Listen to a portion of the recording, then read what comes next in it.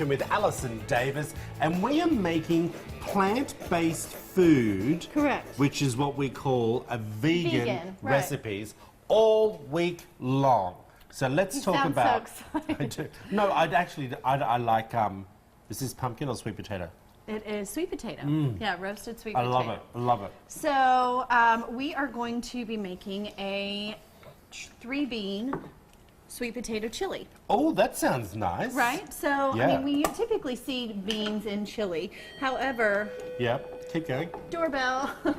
However, we are not going to be using meat in this, so that's why we're going with a tri-bean blend. Ah. So this has your pinto beans, your kidney beans, and black beans. So that's going to be kind of the meaty part of this chili. So we've got a little oil in our pan, and we're going to start with some onions. Love onions and garlic. I Again, love onions. It makes everything better in my opinion, and that's going to give us some nice flavor. Yep.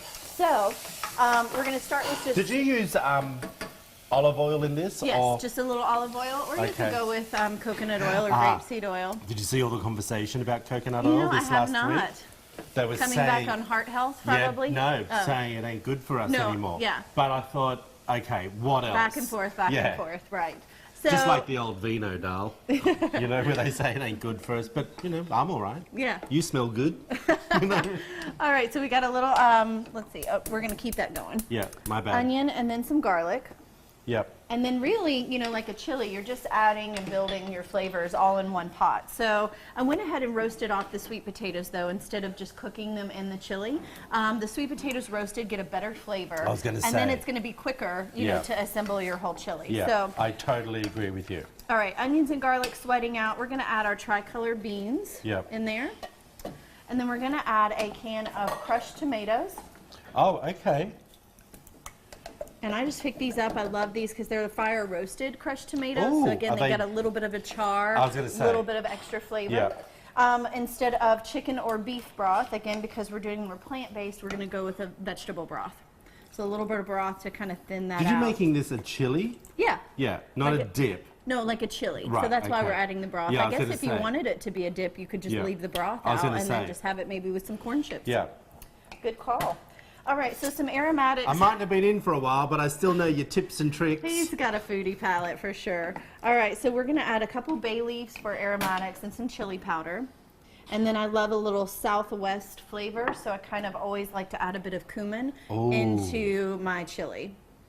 So just a touch. All right. I love the smell of cumin.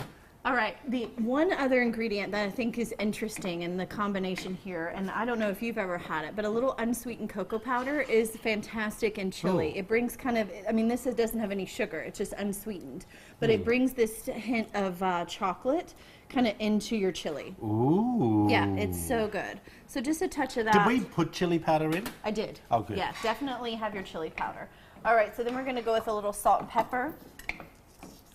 Yeah. And then we'll start to add our sweet potatoes and just let this simmer and let those flavors kind of come together. And if you So want how long would you do this simmer for?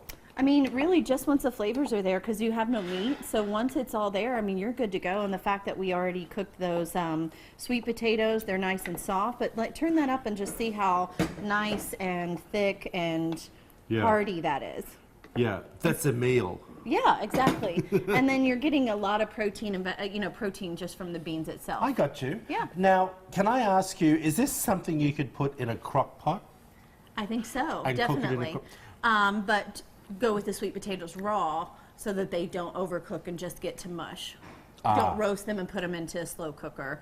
Put them in raw so that by the time you're ready, they're nice and soft and not totally, mush. Here's another question for you, because I've started my crock pot. It's now up on the bench. Should I saute the onions and garlic first, or put it all in? I don't know that you would really need to with a crock pot. Not even to bring out all the flavor? No, I mean, it'll soften it over time, so I really don't think it would be necessary. Okay, But I understand. I mean, you certainly could. All right.